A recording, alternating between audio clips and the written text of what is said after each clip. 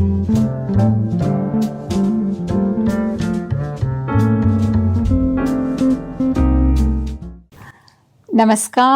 सत श्री अकाल और आदाब। आप सबका स्वागत है हमारी शायराना चाय में। और मैं आज बहुत एक्साइटेड हूँ। हमारे साथ आज फैज़ल जी आए हैं। फैज़ल सैयद जी जो ब्रिस्बेन से हमारे बहुत सारे प्रोग्राम्स में आ चुके हैं पहले भी। शब्दों की अजमत। ये शादी खान आबादी मेरी मानो है लफ्जों में, ये शादी खान आबादी मेरी मानो है लफ्जों में। तुम आबादी के चक्कर में ये बर्बादी नहीं करना। कभी कभी जो मेरे दिल में आ बसती, उन हसरतों को भी उसका मकीन देखा है। और यकीन करो तो सही, मैंने उसके संग ज़मीं को चांद से ज्यादा हसीन देखा है।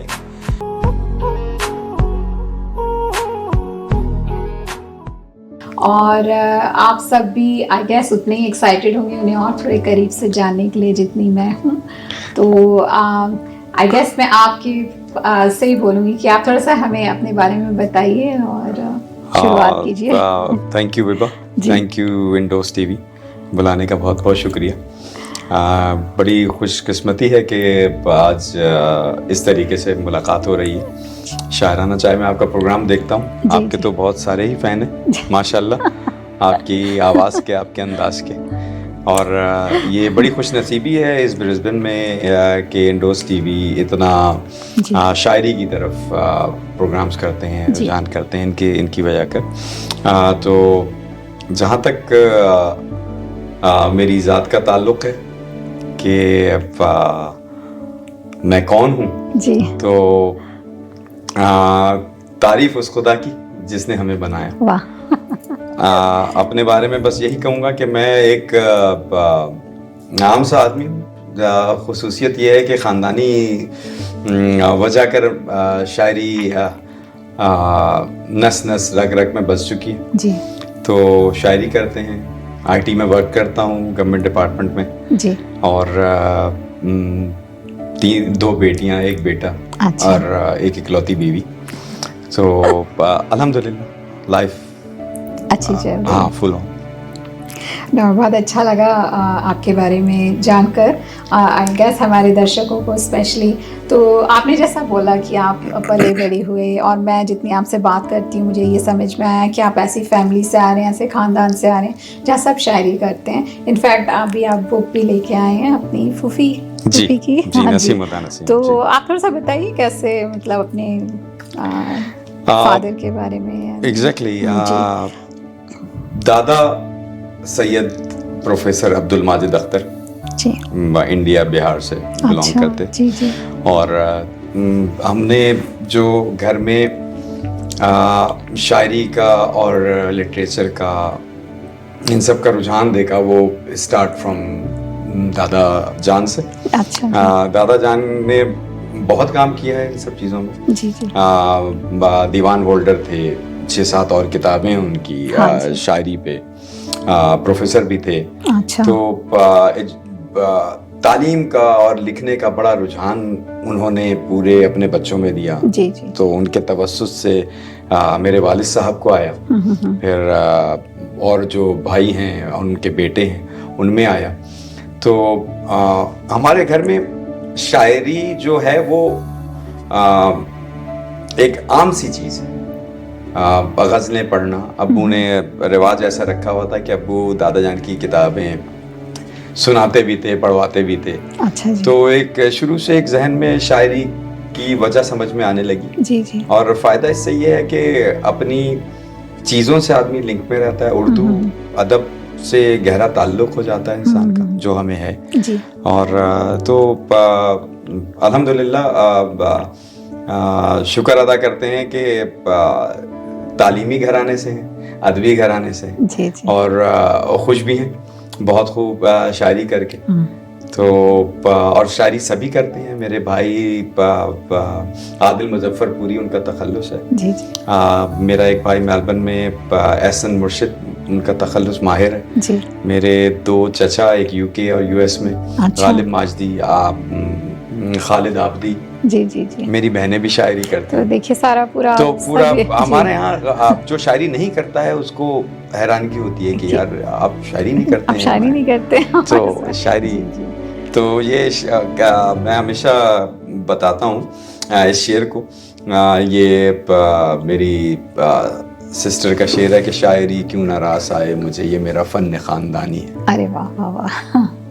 no, बिल्कुल आपने बोला, अगर आप ऐसे खानदान से आ रहे हैं जहाँ आसपास शायरी हो रही है, आप वही पढ़ रहे हैं, देख रहे हैं, सुन रहे हैं, पूरा माहौल आपका शायरी से भरा हुआ रहता है, तो डेफिनेटली उसका असर होता है कहीं ना कहीं।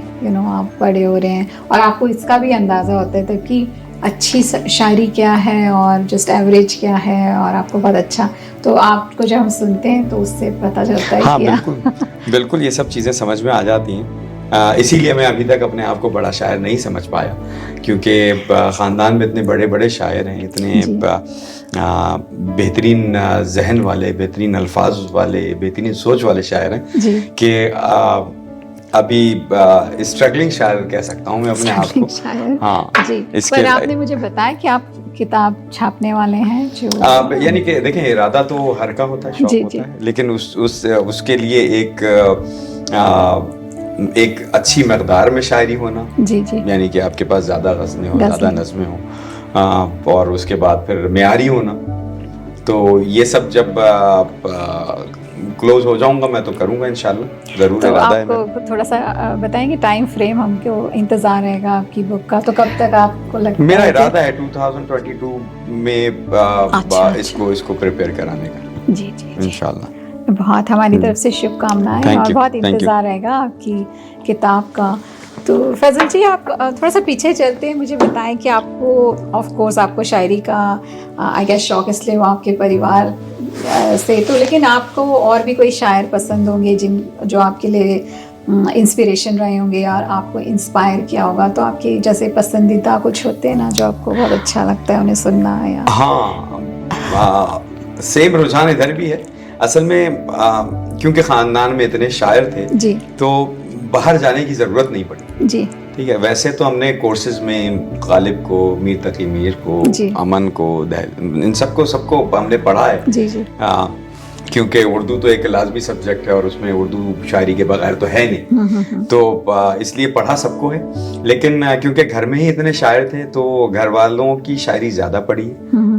मुझे अपने भाई की शायरी अपनी जवानी में, जो कि मैंने अपने यूनी कॉलेजेस में, तो मैं जो लड़कों को सुनाया करता था वो सारी ज़बानी भाई की शायरी याद होती थी, दादा की शायरी याद होती थी, बहनों के शेर याद होते थे। तो किसी और को पढ़ने की ज़रूरत महसूस नहीं हुई। अगर स्टैंडर्ड सही नहीं होता तो शायद हम उस तरफ जाते, लेकिन बेहतरीन दीवान होल्डर शायर हैं। तो दादा की शायरी से स्टार्ट हुआ, अबू सुनते थे, सुनाते थे। पढ़ा मैंने और लोगों को भी है, मंदर भोपाली को मैंने बहुत सुना है जी। और जो मैंने एक शायर का नाम बताया था आपको, बशीर बदर, बहुत मशहूर शायर है, मुझे भी बहुत पसंद है। एग्जैक्टली, ये कसक दिल की दिल में छुपी रही। तो शायर तो खैर बहुत सारे हैं, अहमद फराज हैं, पढ़ने को तो इतने हैं कि आप बस लाइन लग जाए, लेकिन क्योंकि लाइफ मसरूफ भी होती है और भी काम करने होते हैं, तो मुझे अपने भाई की गज़लें बहुत ज़्यादा पसंद है। आम फहम शायरी मुझे बहुत पसंद आती है। तो मेरे भाई क्योंकि 4 साल बड़े थे, शायरी बहुत अच्छी करते हैं अभी तक, तो उनकी गज़लें मुझे तो मैं उनसे बहुत ज़्यादा मुतासिर। अच्छा अच्छा। हाँ, एहसन मुर्शिद नाम है, माहिर तखल्लुस है उनका जी। फैजल जी, तो आप अपने भाई की कोई सी गज़ल सुनाए जो आपको बहुत पसंद है, या उनके शेर? या उनकी गज़लें तो मुझे खैर बहुत सारी पसंद हैं जी। मेरे लिहाज से बहुत अच्छे, बहुत ही बड़े शायर हैं वो, और उनकी एक शेर है जो हमेशा मेरे जहन में रहता है कि तुम ना उलझाया करो सोच को अंजाम के साथ, बस चले आया करो मेरी तरफ शाम के साथ। एक गज़ल और मेरे पास उनकी लिखी हुई है जो कि उन्होंने एक बहुत बड़े मुशायरे में यूएस में पढ़ी थी जी, कि मेरे घर आना गवारा तो नहीं था उसको, हो गया होगा वो बदनाम तो आया होगा। अरे वाह। मैंने आईना दिखाया था मजाकन उसको, मेरा ये फेल किसी काम तो आया होगा। वाह। उसकी तफ्तीशे मोहब्बत जो हुई है यारों, मेरे सर भी कोई इल्जाम तो आया होगा। और उसने इल्जाम दिया होगा मुझे, तो सोचो उसके होठों पे मेरा नाम तो आया होगा। वाह। और तुम इतने ही माहिर हो गजल गोई में, कोई दीवान सरेआम तो आया होगा। बेहद खूबसूरत। तो बचपन से मैंने इन्हीं की गजलें पढ़ी जी, याद रखी, और अभी भी इसीलिए यही वजह है कि मुझे अपनी गजलें याद नहीं रहती भाई की, क्योंकि जहन में रच बस गई है। तो आपको याद रहती है। कोई अगर मुझसे किसी महफिल में या कहीं पे पूछ लेता है कि भाई कोई गजल सुनाए जी, तो अपनी गजलों के बजाय मुझे भाई की गजलें जहन में आना शुरू हो जाती। तो मेरी नज़र में बहुत ही अच्छे शायर हैं, बहुत ही बड़े शायर हैं मेरे दोनों भाई, आदिल मुजफ्फरपुरी और पर ये बहुत अच्छी बात आती है, जैसे वो आपके बड़े भाई हैं और आप छोटे थे घर में, इतना अच्छा इंस्पिरेशन रहता है, मतलब बहुत कुछ सीखने को भी रहता है, और बिल्कुल वो आपको सही उसमें भी डायरेक्शन में आपको गाइड कर सकते हैं, गाइड करते हैं। मेरी गजलों को आदिल मुजफ्फरपुरी, आदिल भाई जो हैं वो पढ़ के बताते हैं कि कैसी है, वजन कैसा है, और इसमें क्या करेक्शन होनी चाहिए, क्या चीज़ होनी चाहिए। जी, जी। तो मैं अपनी कोई भी गज़ल पब्लिश करने से पहले अपने ख़ानदान में या फेसबुक पे वो उनके पास से प्रोसेस हो के आती है। अच्छा। तो इसीलिए मुझे बड़ा इत्मीनान होता है कि मैं ये नहीं कि इसमें ऊंच नीच जो होती है, क्योंकि आजकल मीडिया का ज़माना है, आपने एक गजल कहीं ऊंच नीच हो गई तो फिर वो हो जाता है जी। तो वो मेरी बड़ी हेल्प करते हैं और मैं मुझे एजुकेट करते हैं कि कैसे करनी चाहिए। जी। एग्जैक्टली। तो आप अपनी कोई सी सुनाए, जैसे आपको जो पसंद हो, अपनी खुद की लिखी हुई जो आपको। हाँ, मैं गजलें तो बहुत सारी हैं, खास के इस लॉकडाउन में बड़ा टाइम मिला मुझे गजलें कहने का जी। तो गजलें तो बहुत हैं जी। ये गज़ल अभी ताज़ी भी है और मुझे अच्छी भी लगती है कि मेरे करीब अब तन्हाई हो तो बेहतर है, इसी सबब मेरी रुसवाई हो तो बेहतर है। वाह। बजाने दो ये सभी साज जिंदगी के मुझे, बजाने दो ये सभी साज जिंदगी के मुझे, कि इस सकूत में शहनाई हो तो बेहतर है। वाह वाह वाह। बताना उसको कि रहता हूं मैं अकेले कब, खबर ये सुन के वो घबराई हो तो बेहतर है। तुम्हारी बात को कहता हूं मैं सही लेकिन, तुम्हारी बात को कहता हूं मैं सही लेकिन, तेरी निगाह में सच्चाई हो तो बेहतर है। वाह वाह। गुजर गया है जमाना मेरे लड़कपन का, गुजर गया है जमाना मेरे लड़कपन का, अब अपनी बात में दानाई हो तो बेहतर है। वाह। और ये शेर मुझे पसंद है कि खुरच गया है कई जख्म वो पुराने भी, खुरच गया है कई जख्म वो पुराने भी, सितम जरीफ की बीनाई हो तो बेहतर है। और है दोस्तों से नहीं जीतना मुझे फैसी, दोस्तों से नहीं जीतना मुझे फैसी, मोहब्बतों में घर पसपाई हो तो बेहतर है। वाह। मेरे करीब अब तन्हाई हो तो बेहतर है, वाह वाह। इसी सबब मेरी रुसवाई हो तो बेहतर है। बहुत खूबसूरत, बहुत ही बहुत ही। तो आप जब लिखते हैं फैजल जी, तो आपका क्या फेवरेट टॉपिक रहता है, किस बारे में आप ज़्यादा लिखते हैं? इससे मुझे लग रहा है कि आप मैच्योर्ड हो रहे हैं and you are talking more about philosophically, आप लाइफ की तरफ देख रहे हैं। हाँ, exactly. और जब स्टार्टिंग हुई थी तो स्टार्ट तो मोहब्बत में कामयाबी या नाकामी से स्टार्ट होती है ज्यादातर, मेरे ख्याल से गजल की शायरी और मेरी भी इसी तरीके से स्टार्ट हुई थी जी। इश्क के बारे में लिखना, इश्क की नाकामी पे लिखना, गम के लिए लिखना, तो यही सब चल रहा है। अभी बहुत पॉलिटिकल टॉपिक हो गए, सोशल टॉपिक्स हो गए, उन पे अभी इतना ज़्यादा नहीं आया हूँ। इक्का दुक्का मेरी शायरी है पॉलिटिकल पे और सोशल पे, लेकिन अभी ज़्यादातर जो ख्यालात है वो इसी तरफ घूम रहा है। जैसे एक छोटी सी ये गजल थी गाली, मैं एक शेर सुनाऊंगा कि इस ख्याल को रखने के लिए कि वक्त के थपेड़ों से बच गया तो साहिल पर, वक्त के थपेड़ों से बच गया तो साहिल पर, तेरी याद के आंसू मौज में बहा दूंगा। वाह वाह। और तुम नजर ना आ जाओ एकदम अचानक से, इसलिए तो पहले से सब दिए बुझा दूंगा। अरे तो ये जो हाँ, थोड़ा जहन सा है ना, हाँ। इसी साइड घूमता है अभी। कोई ओकेजन आता है तो उस पे, जैसे आपको शायद सुनाई हो, वैलेंटाइन डे पे हाँ गजल कही थी, हाँ। फिर पाकिस्तान डे पे एक किता कहा था। तो इस तरफ जा रहा हूँ आहिस्ता आहिस्ता, तो जैसे जैसे और गजल की तरफ मैच्योरनेस आती जाएगी तो फिर आप रुझान थोड़ा चेंज होगा। अब वैसे भी जितना ज्यादा दूरी होगी इश्क से आहिस्ता आहिस्ता तो रुझान चेंज हो जाएगा जी। और फैजल जी, आपसे जैसे बात कर रहे थे, आप बोलते हैं अभी कोविड के टाइम पे आपको टाइम मिल रहा है लिखने का, आप भी रात में लिखते हैं, मैं भी नॉकटर्नल हूँ, मैं भी रात में ही लिखती हूँ। तो मुझे ये सवाल करना था, खैर अभी कोविड चल रहा है, थोड़ा टाइम मिल जाता है, बट वैसे आप अपनी इतनी मसरूफ ज़िंदगी में कैसे वक्त निकालते हैं शायरी के लिए? और मेरे ख्याल से ये जो शायरी है, अगर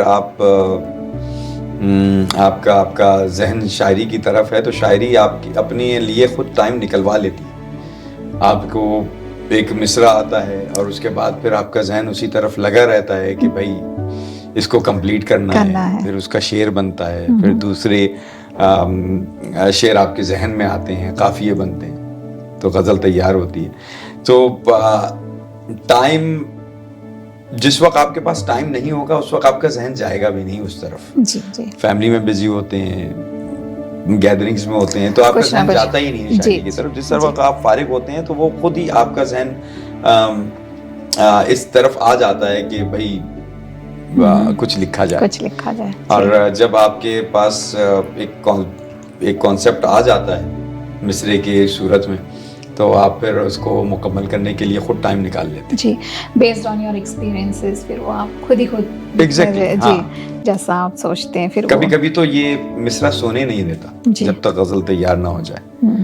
और एक गजल को पूरा होने में, जैसे आप पहले भी बात कर रहे थे, टाइम लग जाता है, कभी एक शब्द पे अटक जाते हैं, फिर उसको बहुत सारी गजलें हैं जो कि 3-4 शेर पे आके अटक चुकी हैं और उनका टाइम गुजर चुका है, दूसरी पे आ चुके हैं। तो ऐसा होता है कि आपने एक फारिग औकात में या एक पैच में आपने शेर की आया, आपको 2-3 बन गए, उसके बाद फिर आप अपनी दूसरी कामों में मसरूफ हो गए, तो वो चीज़ पीछे रह जाती है फिर। तो ऐसा होता है। हाँ, गज़लें तो डिफरेंट, कभी कभी बहुत मुश्किल हो जाता है वापस बैक टू उन गज़लों पे जाना कि जो इनकम्प्लीट है। जी, बिल्कुल सही।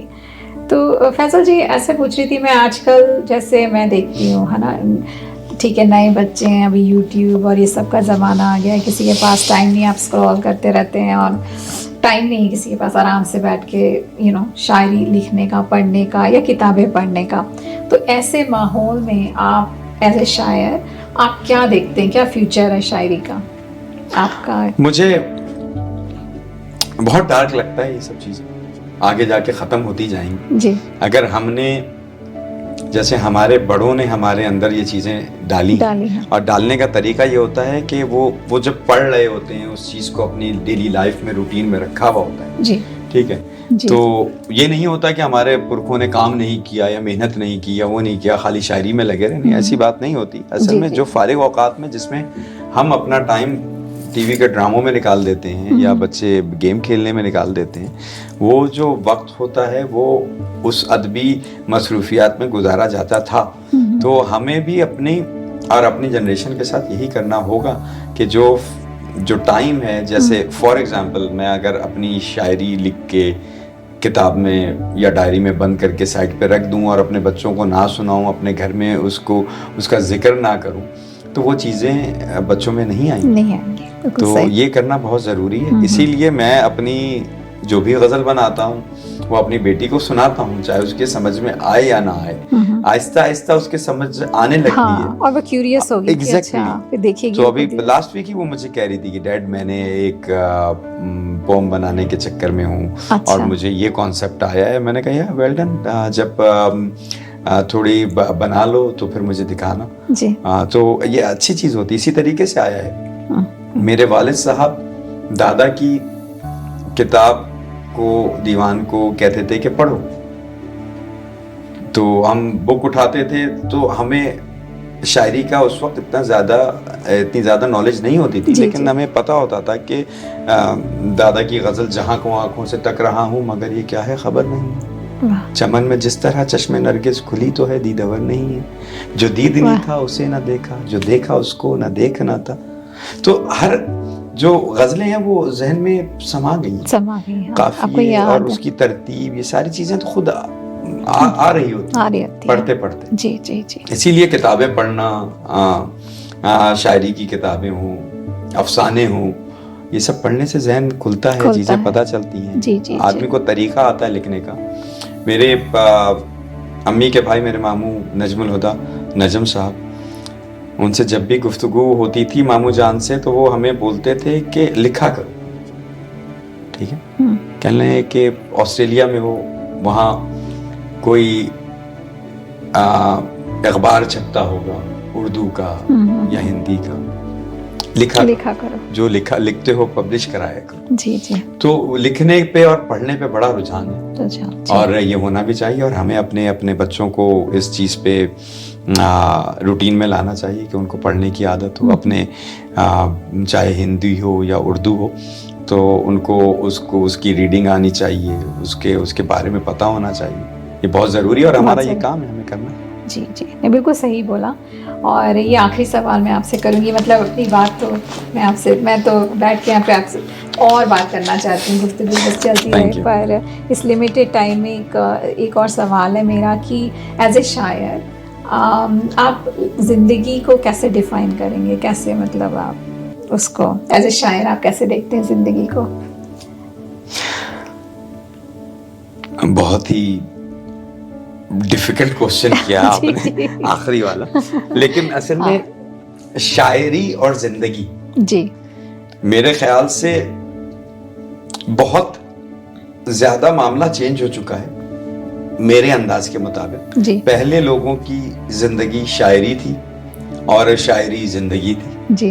आप ये बहुत सही बात। एग्जैक्टली आप अगर यानी कि मिर्जा गालिब पे बनी आप फिल्म देख लें या उनके बारे में किताब पढ़ लें तो उनकी जिंदगी शायरी में गुजरी जी, और शायरी ही टोटल जिंदगी थी। जी बिल्कुल सही। ठीक है, तो अब क्योंकि डिजिटल दौर है, मसरूफियत ज्यादा है, और आप अगर मेरे ख्याल से शायरी कर रहे हैं तो ये आपको अभी बहुत बड़ा तोहफा है, जो मुझे लगता है कि ये चीज़ जो है अगर हमने कंटिन्यू नहीं की तो आगे जाके बहुत पीछे रह जाएगी। जी जी। खास के हम वो लोग जो दूसरे मुल्कों में आके बस चुके हैं, उनको इस चीज़ से, इससे स्टिक रहना, इसके साथ रहना, इसको चलाना, अपनी लैंग्वेज को, अपनी ज़बान को, उससे ताल्लुक़ रखना, अपने बच्चों को सिखाना। तो मेरे लिहाज से इसको ज़िंदगी में रहना चाहिए, लेकिन इसको इतना बड़ा हिस्सा नहीं बनना चाहिए कि आपकी बाकी चीज़ें जो हैं वो इससे इफेक्टेड जी जी हों। लेकिन हाँ, बैलेंस होना चाहिए। जी जी। बहुत ज़रूरी है, बैलेंस होना चाहिए, और हमने भी बैलेंस ही रखा हुआ है। ये नहीं है कि टोटल आउट हो चुके हैं। जी। पहले ज़माने में बहुत सारे ऐसे घराने भी थे जहाँ शायरी होती थी लेकिन शायरी को सही नहीं समझा जाता था, वो इस चक्कर में कि वो कुछ और नहीं कर पाते थे। जी। तो मेरे ख्याल से बैलेंस लाइफ होना बहुत ज़रूरी। आप शायरी भी करें, प्रोग्राम्स भी करें, आप अपने काम भी करें, नौकरी भी करें, बच्चों को भी देखें। जरूर। आपने बहुत अच्छी तरह रैप अप किया है एंड आई थिंक बहुत अच्छा मैसेज आपने दिया है। और एज ए शायर, क्योंकि आप करीब से देखते हैं ज़िंदगी को, इसलिए मुझे हमेशा से बहुत दिलचस्पी रहती है कि एज ए शायर आप कैसे देखते हैं।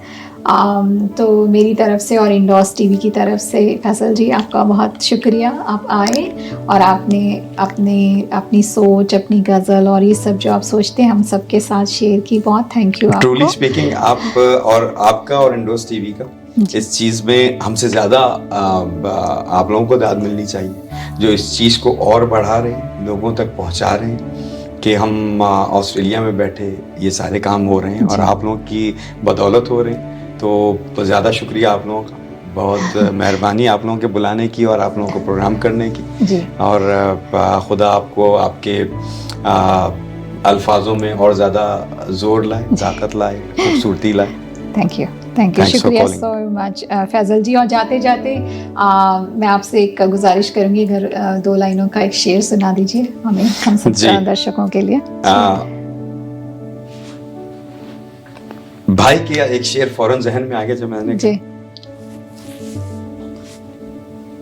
जाते जाते मैं तुमको सब हिसाब दे दूंगा, जाते जाते मैं तुमको सब हिसाब दे दूंगा, यानी अपनी गजलों की एक किताब दे दो। अरे वाह। और तुम हमारे बारे में खुद से मत उलझ लेना, तुम सवाल कर लेना, मैं जवाब दे दूं। अरे वाह। यानी अपनी गजलों की एक किताब दे दो। बहुत खूबसूरत परफेक्ट नोट पे आपने एंड किया और आपकी किताब के लिए हमारी शुभकामनाएं और इंतज़ार रहेगा। थैंक यू फैजल जी। दर्शकों शुक्रिया, आप लोग आए, तो आपसे इसी तरह मुलाकात होती रहेगी शायराना चाय में। आप खुश रहिए, शायरी पढ़ते रहिए, आपसे जल्दी ही मुलाकात होगी अगले महीने फिर। शुक्रिया।